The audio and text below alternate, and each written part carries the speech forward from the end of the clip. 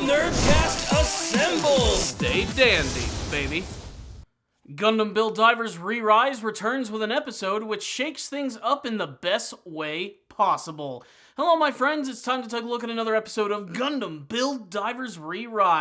And now we finally get to learn why they haven't given us any early press images of Mei's mobile suit, the Wodam Pod. It's all officially revealed at the end of this episode, and I'm going to go ahead and put up a big spoiler warning, although to be perfectly honest, my thumbnail probably already spoiled a little bit of this, but, you know, you gotta do what you gotta do. What I will say is, this episode delved into what I think might have been the most interesting concept from the last season of Gundam Build Divers, which was the concept of the electronic life form.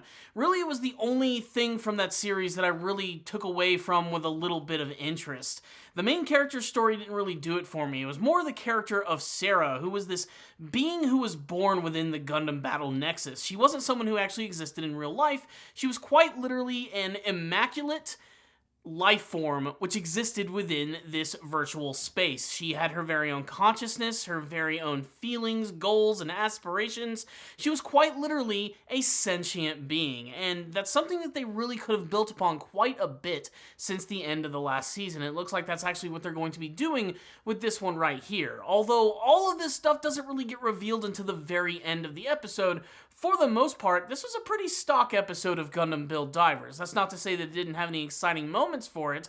I do especially love the fact that we got to see more of the Mercu-1 Gundam, which I still think is probably my favorite Gundam that is used by Hiroto thus far in the series. I said it before in the last review that I just love the overall look of this thing with the fins and the way it fights underwater with its like weird sort of like submarine weapon that it holds onto, which can fire harpoons and missiles and all types of other cool stuff.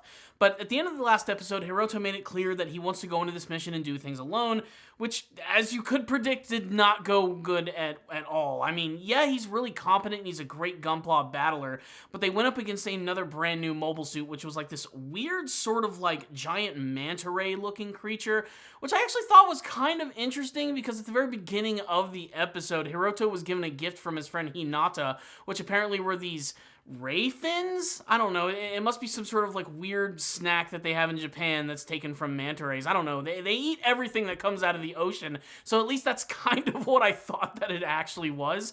So I thought that it was kind of fitting that later on he's fighting a giant manta ray mecha, which was kind of a cool scene, except that he was just getting his ass blasted during this entire battle, which wasn't so much a battle as it was an excuse to dive a little bit more into his backstory, showing that at one point in time, he actually did work with another group, and he was a part of a team, except that he wanted to do everything on his own, and there was this big mission where they were going up against this massive warship, which was the one seen in the original Mobile Suit Gundam, the Gao, and he took it upon himself to try and take this thing down by himself, but he actually ends up getting the entire city destroyed, much to the sadness of his mysterious friend who existed in this world, who may or may not be an EL diver. It's kind of hard to say, but really this was a traumatic moment for his character. That, and of course, we're getting to learn that apparently he was a part of that coalition of volunteers, and this again could have been something that really messed him up during this time. It leads me to believe that Sarah was not the only EL diver at the time, and there could have been even more, and that girl could have very well just been another form of that.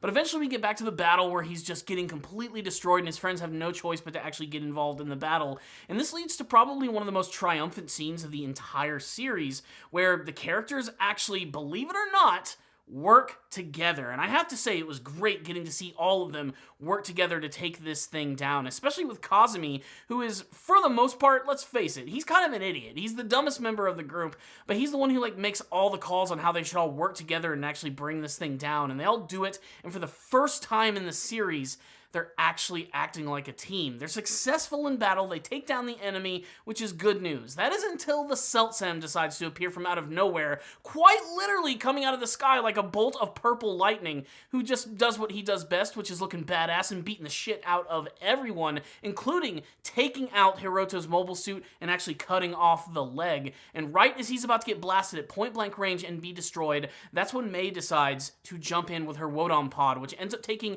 the brunt of the damage damage before suddenly revealing that this thing is actually just a shell, and within it is actually another mobile suit, and not a traditional Gundam like we're used to seeing. It's a mobile doll, very similar to the one that was created for Sarah in the last season of the show, which leads us to believe that May herself very well might just be an EL diver. This was a really big moment, and one that honestly I didn't see coming. I thought the whole EL diver aspect was mostly going to come from Hiroto's friend, and she very well still could be one. But this is a really surprising moment for May's character, and I love the fact that they're sort of breaking free from the trappings of the style of storytelling that they've done for the last couple of episodes, where they focus on one of the characters, they show them getting over something, they end up being more competent, we move on to the next character.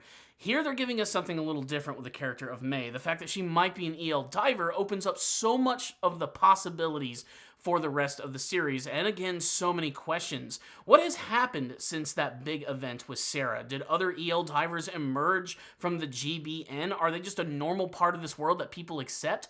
I mean, Hiroto immediately recognizes that he is an EL diver, and apparently EL divers are very common knowledge in this world at this point. So there's a lot of questions and a lot of intrigue about what could actually happen from this point, and getting to see May's mobile doll mobile suit looks really awesome. And when I saw it, my first thought was, yeah, that's why they're not showing off her gunpla yet, because they're gonna definitely sell this thing.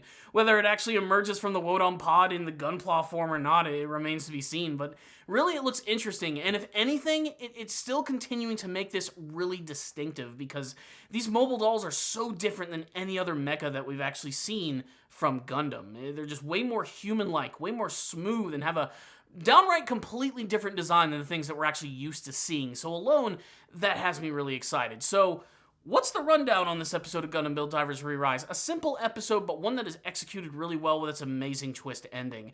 This is the ending that, again, has got me completely hooked on the series and is making me appreciate this second season all the bit more. If it's not the characterization, it's the really solid action scenes and the fact that we're getting some nice, good twists and turns, which were practically non-existent in the last season of the show. I was waiting forever for something to even happen in the last season. We're 9 episodes into this one right now, and we already have some pretty major developments going on. It's not enough that we already have this realized world of NPCs, which very well might be EL divers themselves. They might actually be alive, but now we're bringing back the concept of those electronic life forms, which are definitely going to shake up the rest of this series. I'm also really glad we're finally getting into the backstories of Hiroto and May. These characters have a lot in common, and it seems like they might even be able to become much closer, considering that both of their pasts might even be intertwined in some sort of sense, with Hiroto having a connection with this one girl, and May simply trying to be someone who wants to find a connection with someone. And they really do seem like they're two characters who are truly made for each other, and whether this weird May mobile duel thing is like really powerful remains to be seen. The next episode looks like it's going to be action-freaking-packed, as they're throwing down against the Celtum, and now that the characters are actually working together like a team, they might even stand something of a chance against them. Of course, there's still a lot of mystery as to where this story is heading. We do have that one mysterious being that was teased episodes ago, which could be behind the plot of all of this, acting like a puppet master behind the scenes. All I know is there's a lot more going on with this season. It's a lot more layered, and that's definitely a big reason to want to check out this season right here. I really loved this episode, which is why I'm going to give it a 4 out of 5. I thought the first half was a little slow, and I was hoping to see a little bit more from the big battle with this manta ray thing, but everything that was there was still incredibly satisfying, and that twist ending is honestly what made this one. That and finally getting to see the Build Divers team come together working as a true team. I really like this one, but I'd love to get your thoughts about it. You can tell me all of them in the comment section below, and what you hope to see from the rest of Gundam Build Divers Re Rise. What did you think about the big reveal about May, her mobile suit, and the fact that she could be an EL diver? What do you think about Hiroto's backstory? How are all of these events going to tie together, and what do you hope to see from the rest of Gundam Build Divers Re Rise? Thank you guys so much for watching this review. Make sure to subscribe to the channel for more just like this one. I will see you all next time, and as always, stay down there, baby.